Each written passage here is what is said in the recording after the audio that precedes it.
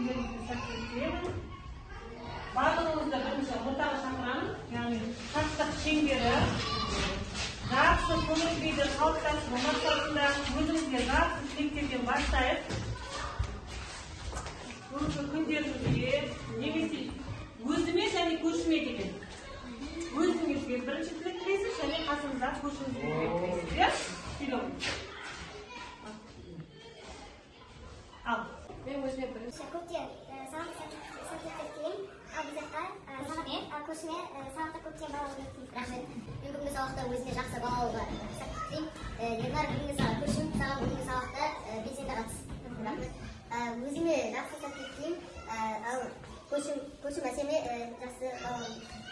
Мен бүгінгі сабақта өзімді қызығушылық танытып, белсенді қатысып, бүгінгі сабақта жақсы бала болуды тілеймін. Ал көршіме сабақта дағдылық танытып, көптеген белестерді көрсетуге тілектеспін. Мен өзіме бүгінгі сабаққа жақсы көңіл тілеймін, және де бұл сабақта абыроймен жақсы өткізіп шығуымды тілеймін. Ал көршіме өзінің білімін жақсы шыңдап, және де оны көрсете білуін және жақсы бала болуын тілеймін. Мен өзіме жақсы бағаны тілеймін, ал өзім көршіме осы сабақ өзге ұнасын деп тілеймін. Мен өзіме бүгінгі сабақ жақсы өтсін деймін, ал көршіме осы сабақта жақсы баға алып. Мен өзіме жақсылық тілеймін, ал көршіме дәрісқа осы сабақта белсене қатысып, жақсы бал алуға тілектеспін. Мен өзіме осы сабаққа сәттілік және өзіме жақсы баға алуын тілеймін, ал көршіме осы сабаққа сәттілік, жақсы қатысып, жақсы баға алып. Рахмет. Мен өзіме жаңағы осы сабақта үлкен белсенділік танытуға тілеймін, ал Талғатқа осы сабақта жоғарыда. Жақсы балдар, енді ой қозғау әдісі, яғни біз мына суреттен не көріп тұрмыз? Яғни осы суреттен өздеріңіздің ойларыңызды ортаңызға салыңыздар арқылы. Ойламайық дейді. 3 бірдей банкі берген,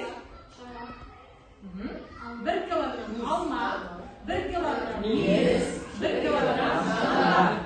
Ал осылардың ұқсастығы мен айырмашылығы не дейді? Массасы Массасы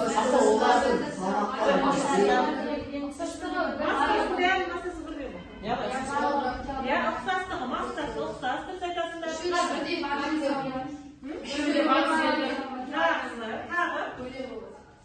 Айырмашылығы неде?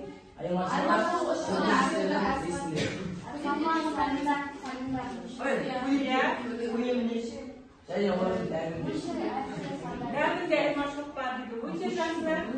Ал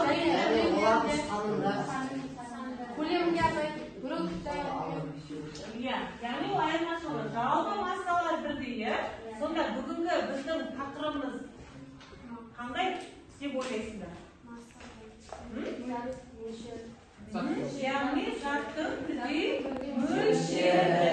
Яғни бүгінгі күннің жадын жазайық, тақырыпты жазайық. Бүгінгі сабақтың тақырыбы зат мөлшері, моль, авогадро саны және мольдік масса. Бүгінгі сабақтың мақсаты зат мөлшерінің өлшем бірлігі ретінде мольді және авогадро санын білу негізгі мақсатымыз, және де қосылыстың молярлық массасын есептей алу. Яғни осы бойынша қазір біздер есептер шығаратын боламыз. Ол үшін сіздерге видео қосамын. Сол видеоны мұқият тыңдаңыздар. Барлығыңыз қаламдарыңызды қойыңыздар. Килограмм ет, 1 килограмм жапақ. Бұлардың ұқсастықтары неде? Айырмашылығы неде? Атом құрылымдық бөлшектер санымен анықталады. Ол атом молекула саны. N немесе ню әрпіне белгіленеді. Өлшем бірлігі моль. Моль массасы 12 грамм көміртектен қанша бөлшектер атом немесе молекулалар болса, сонша бөлшектері бар заттың мөлшерін айтамыз. Заттың мөлшері басқа қандай өлшем бірліктермен байланысты? Ол атом молекула саны, яғни N заттың массасымен және де V көлеммен байланысты болып келеді. Олардың белгіленуі мына жерде сіздердің алдыңызда көрсетілген. Жалпы балдар жаңа видеодан көргендеріңіз бойынша бірнеше формулаларды өттік, ұқтық. Соларды пайдаланып бүгінгі топтық тапсырма. Бірінші топқа, екінші топ өздеріңізді, үшінші топ өздеріңіздің формулаларыңызды алып, нені есепте дейді? Молекулалық массаларын есептеңдер дейді. Жұмыстанамыз топпен.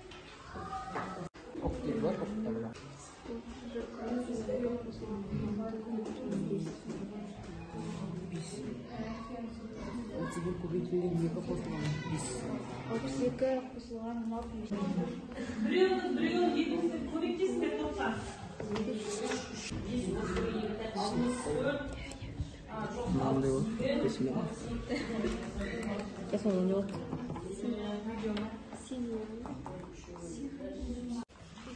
Үшінші топ бірінші болды. Екінші топ.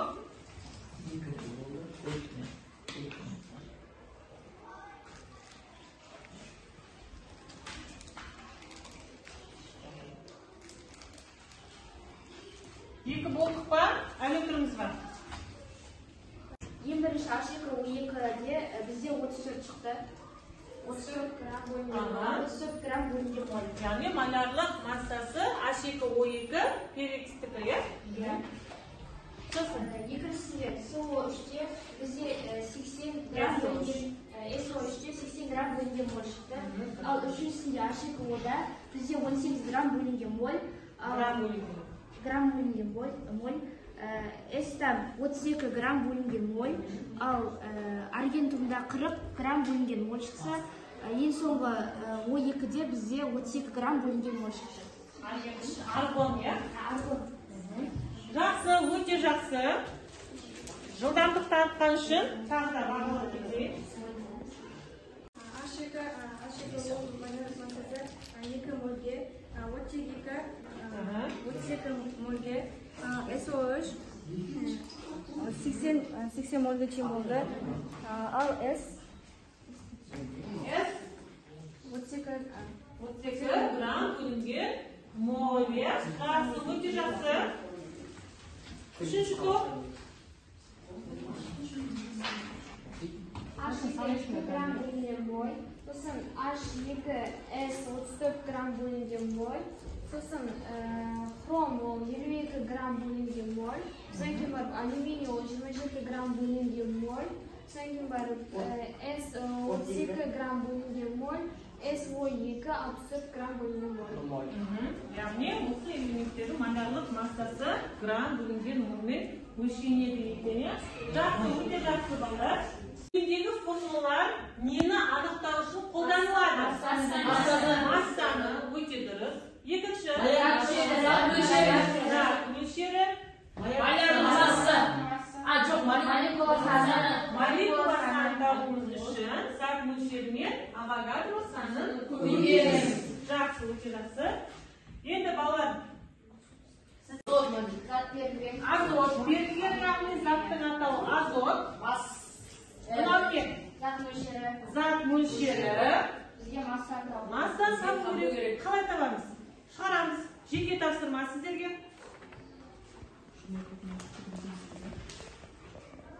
Не берілген қарайық?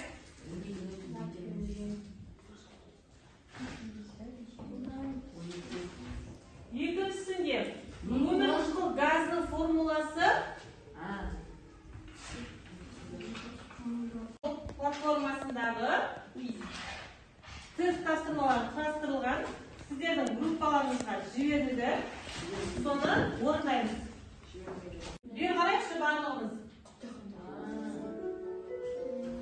Қараймыз, тез жауап береміз, иә? 13,5 грамм алюминийдің зат мөлшері. Тездетейік, есептейміз. Уақытқа да қарайды.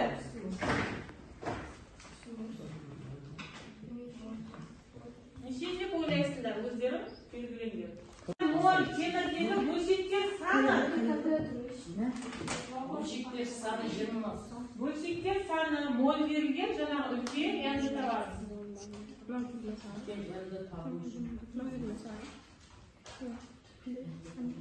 Неше? Физитик балдар уақыт берсеңіздер. Калийдің мольдік массасы нешеге дейін? Калийдің басылматы 12. Yok 12. Hayır kardeşim. 39. 39 gram деген mol деген. 2 mol судың массасы.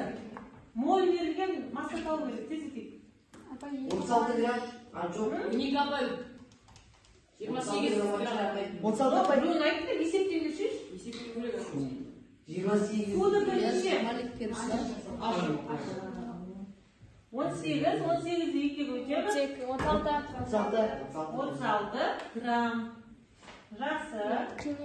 Әрі қарай 0,5 моль магнийдің массасы. 12 gram. 28. Кремнийдің мольдық массасы, кремнийдің атомдық массасы 28 грамм моль. Сонда бізде 0,5 моль магнийдің массасы 12 грамм. Барлығы 8 сұрақ болды. Түсіндер мен үшін қызықты болды. Яғни десеңіздер, соны жазасыздар. Мен сабақты жақсы түсіндім. Немесе тақырып бойынша әлі де ізденуім керек десеңіздер, менің өзіме SMS жіберіңіздер. SMS?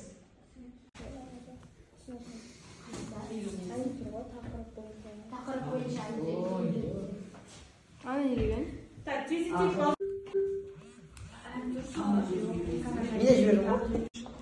Мен бүгінгі сабақты өте жақсы түсіндім. Және де бұл сабақ маған өте қатты қызықты болды. Әсіресе жаңағы оқушылармен жарысып есеп шығарғанға менің көңіл-күйім көтеріп, әлі де білімімді жоғарыта түстім. Өте жақсы, рахмет. Келесі екінші топтан айтатындарыңыз бар ма? Жаннұр? Маған бүгінгі тақырып өте қызықты болды. Және де осы топ болып жұмыс істеген қызықты әрі көңілді болды. Және де осы жаңағы топ болып жарысқан кезде қызықты болды. Өте жақсы. Маған бүгінгі сабақ өте қатты ұнады. Тақырып та былай жалпы қызықты болды. Және де топ болып жұмыс істеген ұнады. Тобымызда барлық адамдар жақсы жұмыс істеді деген ойдамын. Барлығы білімін жақсы шыңдады. Және де яғни қорытындылай келе бұл сабақ өте қызықты болды және бәрімізге ұнады.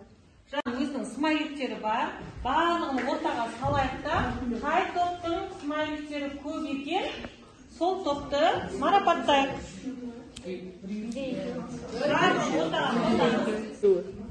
Ой, қанша болды сіздерде? 12. Сонда бізде үшінші топтың ұпайы көп екен. Істейміз, марапаттайық, иә? Оқушылар, бүгінгі сабаққа қатысқандарыңызға сіздерге көптен көп рахмет. Сау болыңыздар.